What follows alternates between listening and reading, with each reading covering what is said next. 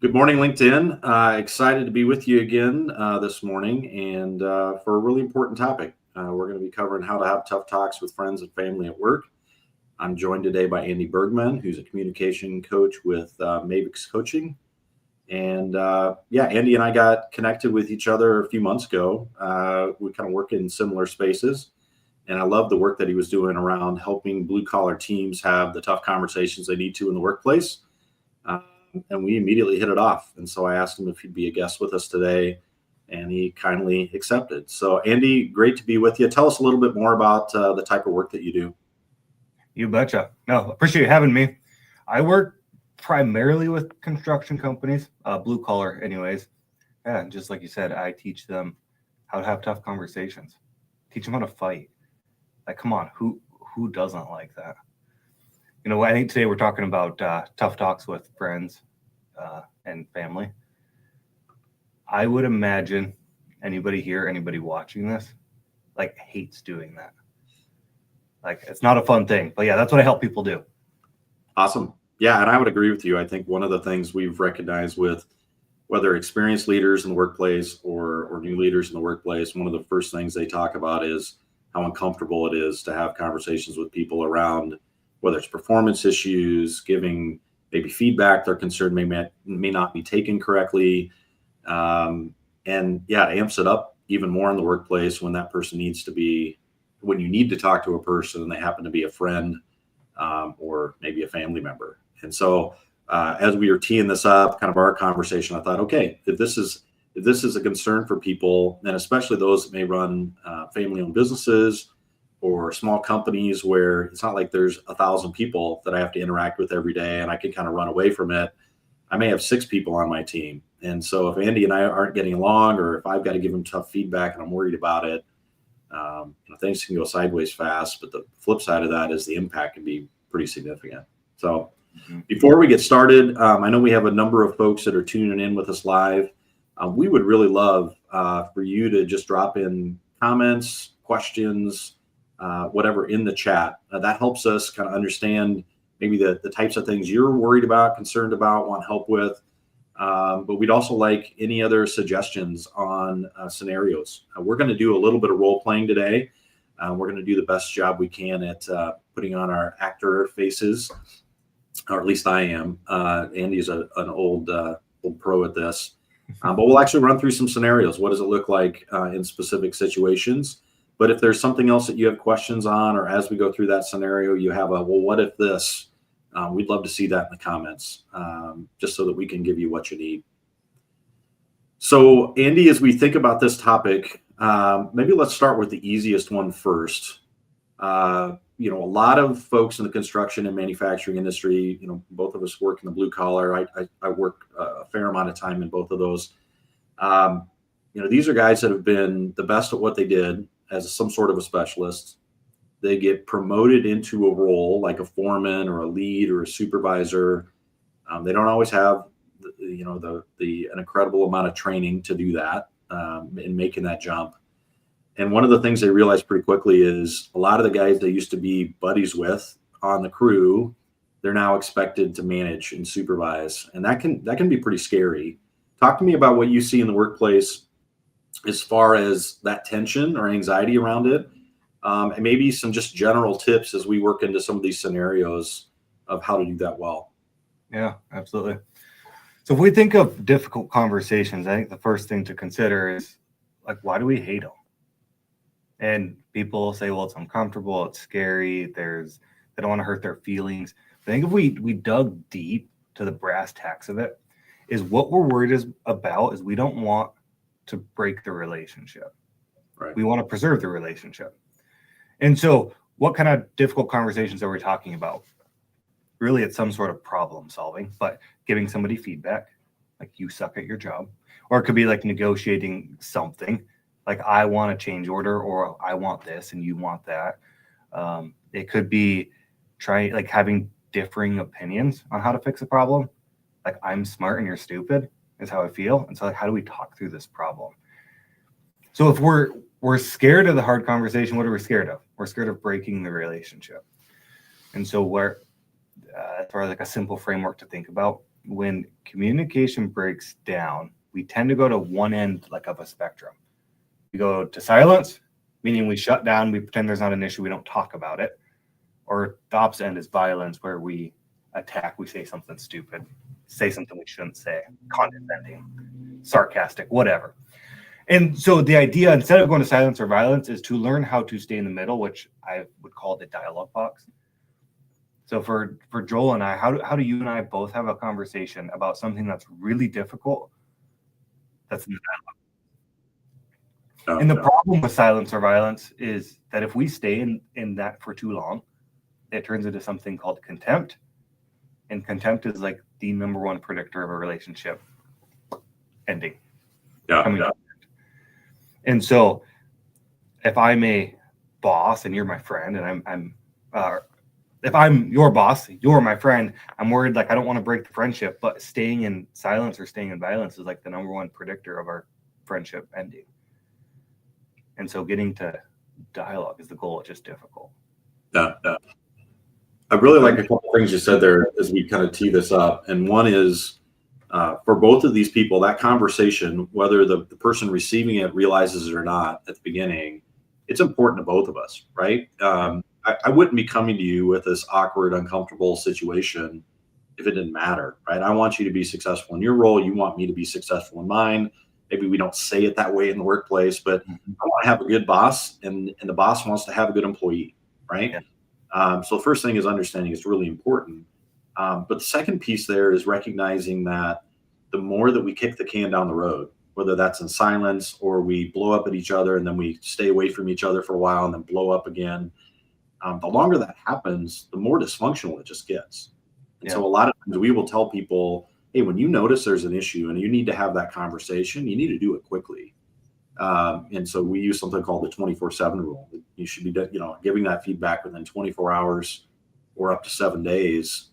Because after that, people think either it's not important because you waited so long, or that you don't trust me or like me or want me to be successful enough that you would have the conversation with me in the first place.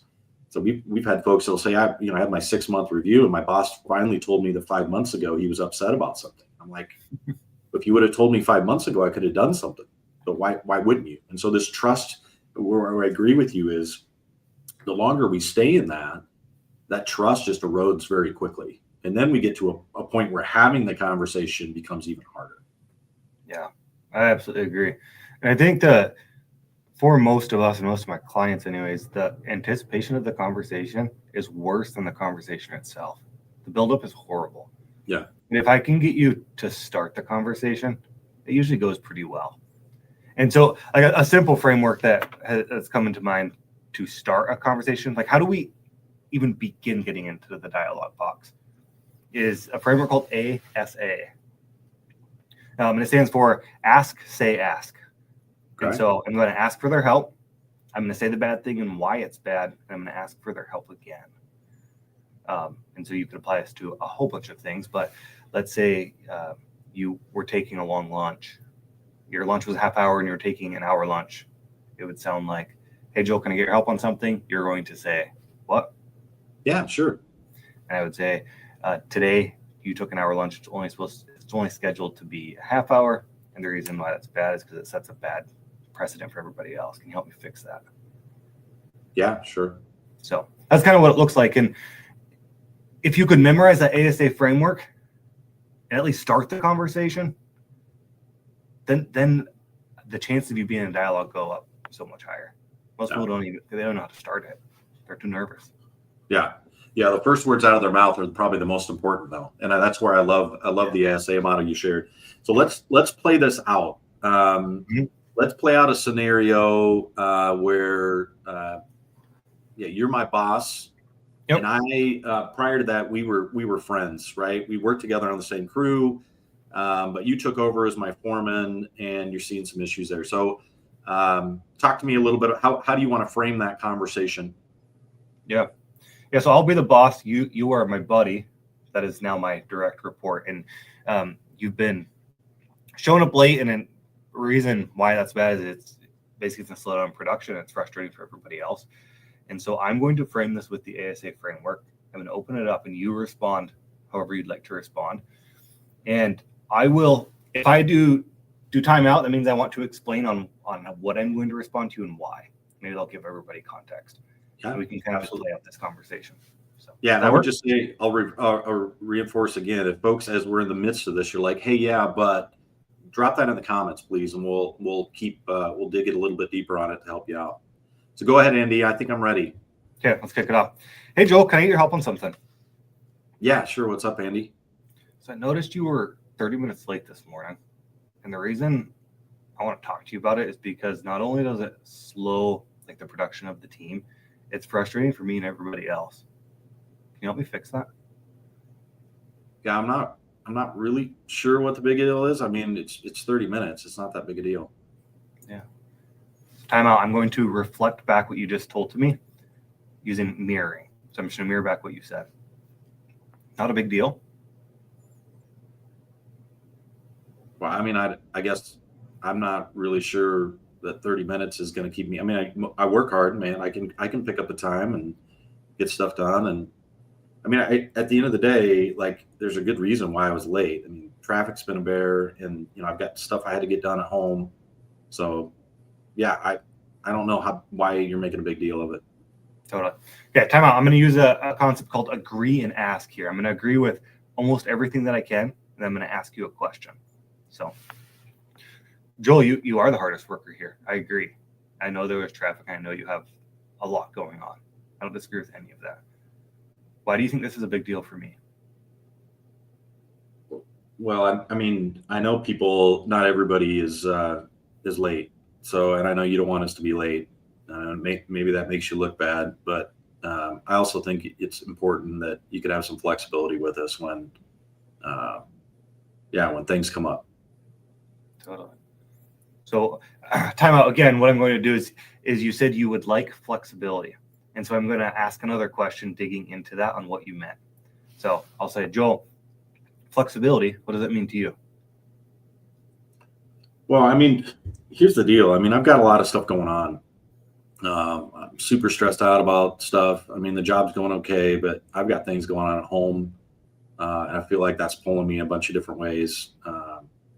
So I really don't want the stress at work. And so, at the same time, I know you need me to be here. So, I'll do the best I can. But flexibility to me means like being able to provide a little bit of grace when I'm late. Totally. So quick timeout again. A response to that, I think, would be around empathy. We don't have to role play this too deeply, but if that was the case, I would spend quite a bit of time trying to understand that. And so what I would ask to restart the role play would be like, oh man, that sounds tough. Do you want to talk about what's going on at home? Yeah. We can go down a whole rabbit trail here. And I think the important part that I want to reinforce with you is I don't think we can ignore when people share something. And I don't want to just say personal, but also say emotional. Mm-hmm. If there's an emotion behind somebody saying, hey, I'm super stressed out, or I'm burnt out, or I'm having issues at home.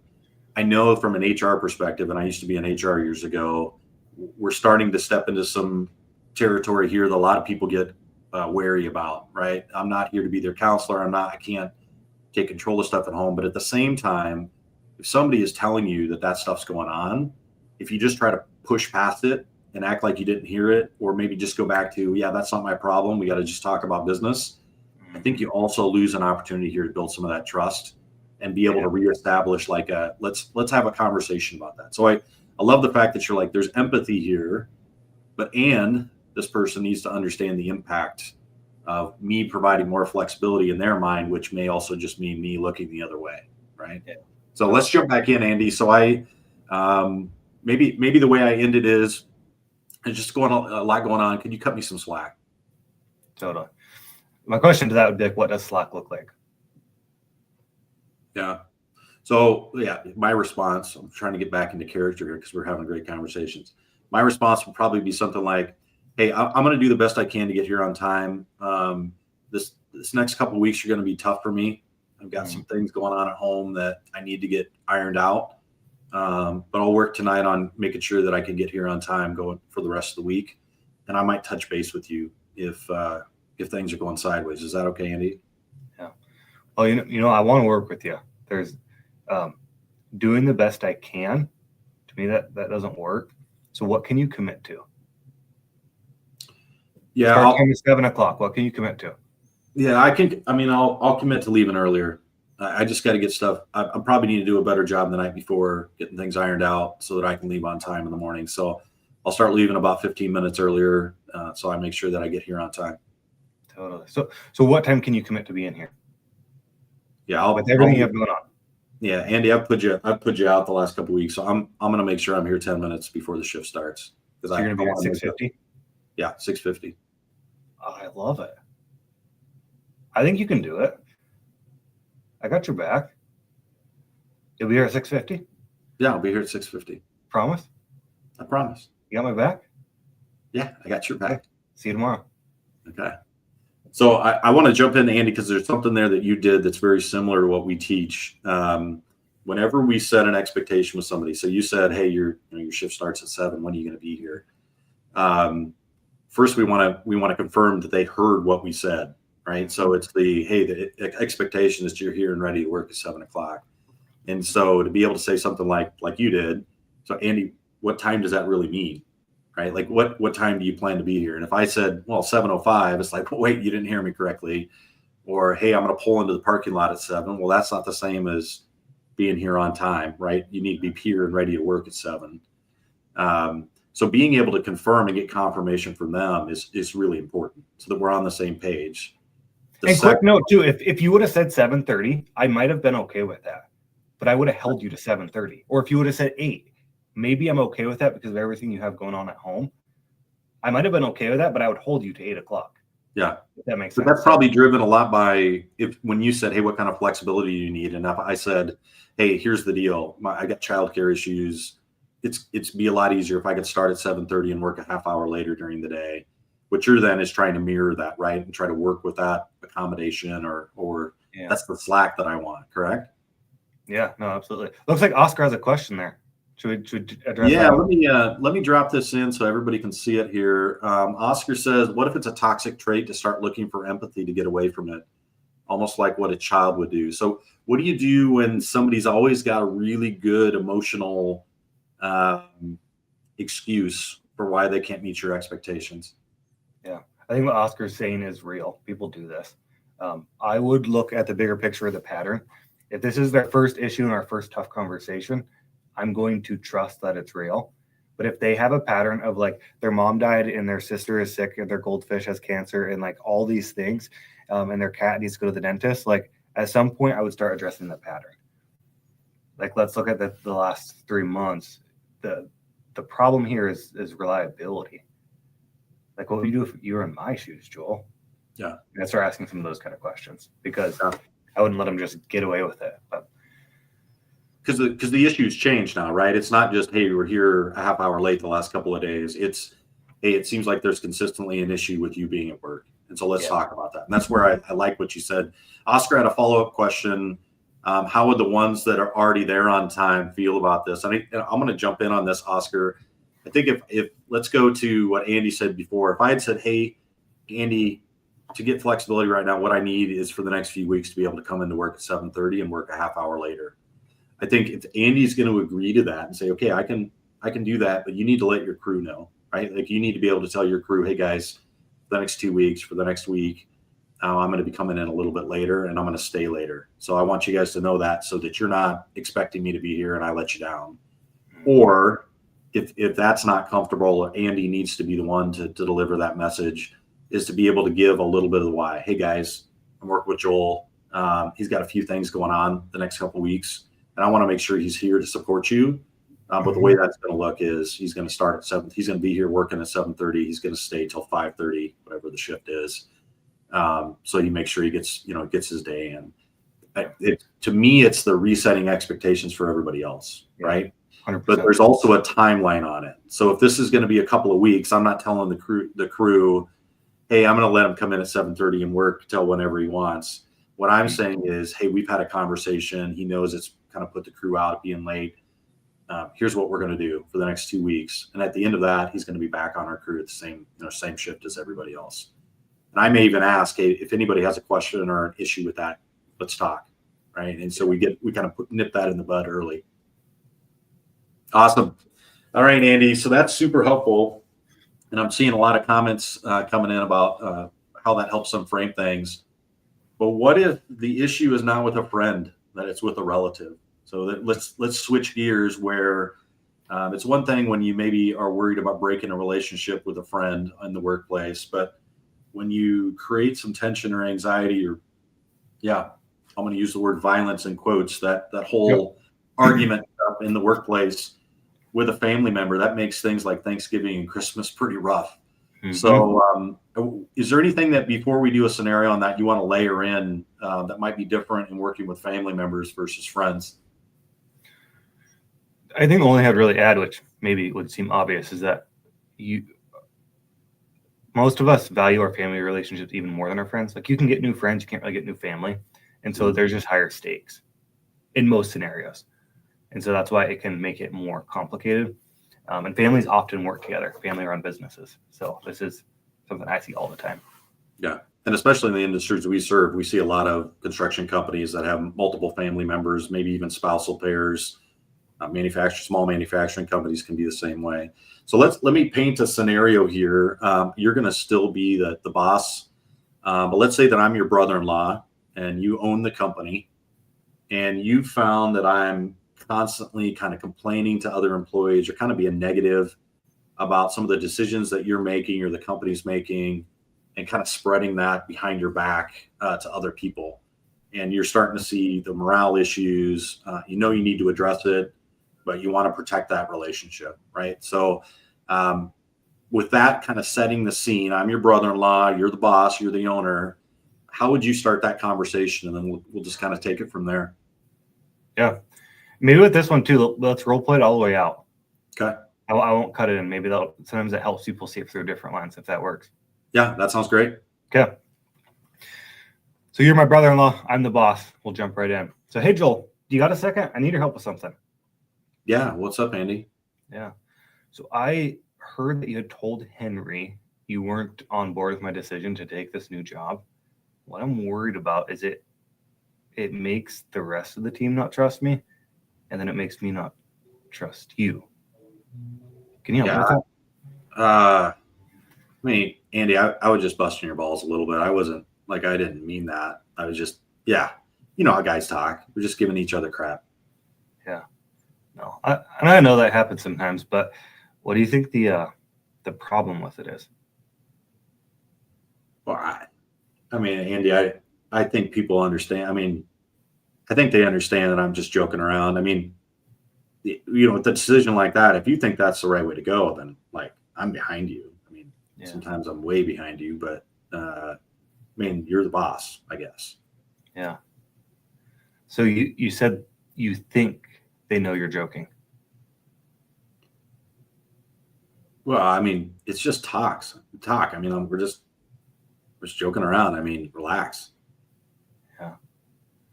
And I'm not trying to make a mountain out of a molehill here, but tell me this. Why do you think I feel like it's a big problem? Well, I mean, obviously, you're my brother-in-law, and so if I'm talking to other guys, maybe they're thinking that I'm being disrespectful to you. But I mean, truthfully, that's part of the reason why I do it. I mean, I don't feel like I have a say in any of this stuff. Yeah. Well, I think that's something we could chat about. Yeah, I would want to chat about it. I feel like it's kind of been the elephant in the room for a while. Okay. Well, how about this? Friday, are you open for lunch? I am, yeah. Yeah, let's go to lunch on Friday. I want to chat with you about it. But I think what I expect out of you, Joel, if you want to be on this team, which I want you here, by the way, is you can't do that anymore. It will hurt the team. Yeah, I get that, Andy.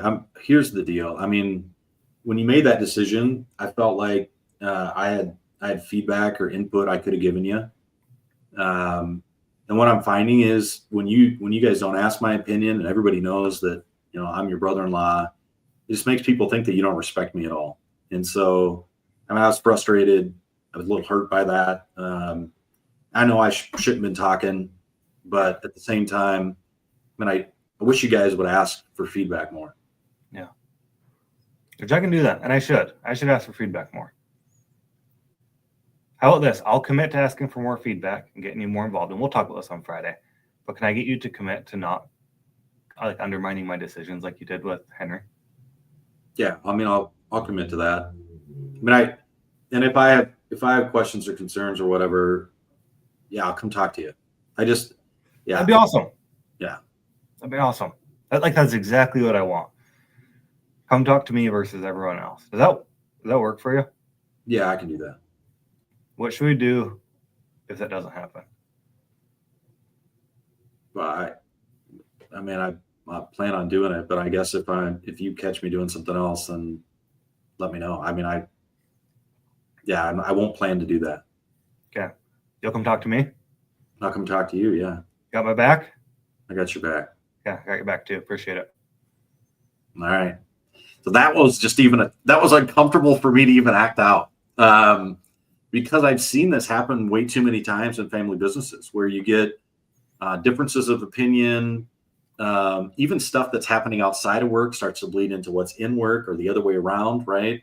Mm-hmm. And so there's not just a lot more at stake, but sometimes there's a lot more under the surface than we really recognize. As you kind of think about the conversation we just had, what are some of those pitfalls or what are some of those techniques that you use that you feel like would be helpful for other people to understand? Yeah. I think one that I tried to use, I have to watch this recording to see how much I've used it, but a lot of silence. Like I would say something and then I just like sit there. Yeah. Just like that. Because eventually they're going to fill the space and keep talking. But basically what you're doing is you're pulling them into the dialogue box, or like you're influencing them to come that way. I think there's, if you're feeling hurt, which like that conversation in reality might be a little bit longer, especially with my brother-in-law, I'd probably dig in right then and there a little bit more on your feelings. For the sake of time, I didn't do that here. Yeah. He says, well, you should ask for feedback more. He's probably right. Yeah, I should. Like I will do that, but maybe the bottom line is like, I don't think in that conversation I ever backed down on my expectation. Yeah, and that's a good point. It kind of goes back to Oscar's question earlier, which is, I may have a really good reason for talking behind your back. It doesn't change the fact that there's an issue, right? And so we can have a conversation about hey, I don't feel like you respect me or listen to my opinion or whatever else. But at the end of the day, and what I liked was, okay, but you see why this is a problem, right? Mm-hmm. And as much as it makes me, quote unquote, look bad when you don't respect me, I'm doing the exact same thing to you, right? And as the owner of the company, that's a problem, period. And so I like the fact that you kept the spotlight on what's the issue and how do we work together to do this. But a lot of the responsibility in this case is on the person creating the problem. Mm-hmm. And so, yeah, I really appreciate that. I'm looking at our time. I know we only have a couple minutes left. I want to see if there's anything in the chat that we should talk about before. There's a good question about calling out Henry by name. Yeah. Yeah. Would you mention the name of the individual, or would you be worried that they might retaliate? What would you provide as feedback there? I would call him out by name. I mean, if he retaliated, then I would fire him probably. Like, we're not going to do that. I think what's difficult is if I came to you and I said, hey, I'm not going to say any names, but like I heard from like some people that like you were saying some stuff. The first thing they're going to think about is who ratted. So you might as well just tell them. Yeah. And Henry might not like it and nobody might not like it, but we are going to this dialogue box together and we are going to fix this problem. Yeah. And if you don't say the name, quite often they distrust the information, right? So if I say, well, somebody mentioned to me that, and they're like, well, who did? Like, talk to me. I want to make sure that what they said to you is actually true. I think by not using the name, now obviously there could be some situations where you wouldn't, but I think to be able to say in that conversation, Henry mentioned to me that you were saying these things outside the meeting. I have concerns about that. Mm-hmm. I can come back later and say, hey, and you recognize why Henry would come to me about that, right? Like, yeah. That's a problem. And so, I hope that you understand that Henry was doing what was right. And I expect that you're not going to, be upset with him for that. Right? That's part of this process, is helping people understand that it's important. Mm-hmm. And so if it's important, we're going to be men and women who can have a conversation about it. Yeah. I think if he retaliates, we have a bigger issue on our hands. Like, I mean, a Yeah. lack of humility and a lack of leadership on his part, and so then I would be addressing that issue head on. Yeah. So the thing, it would quickly switch. Yeah. But well, we're right up on time, and we could do this all day long. I love this kind of stuff, and I know you do too. I would just tell people, if you have additional questions that we didn't get to today, feel free, or you're watching the recording, feel free to drop those in the comments, and we can refer to those and answer them after the session's over. Obviously, if you are looking for help for having some of these conversations in the workplace, I'd have you reach out to Andy here on LinkedIn. He posts great content to kind of help you think through this process, and he could be a great guide for you along the way. If you're looking for, leadership training to kind of help people make the jump from buddy to boss and really feel more equipped in the workplace to handle issues like this, as well as many others, happy to talk to you well about our frontline leadership programs. But regardless, thanks for joining us today, for being part of the discussion, and encourage you to keep having those tough talks along the way. So thank you. Yeah. And thank you, Joel, for having me.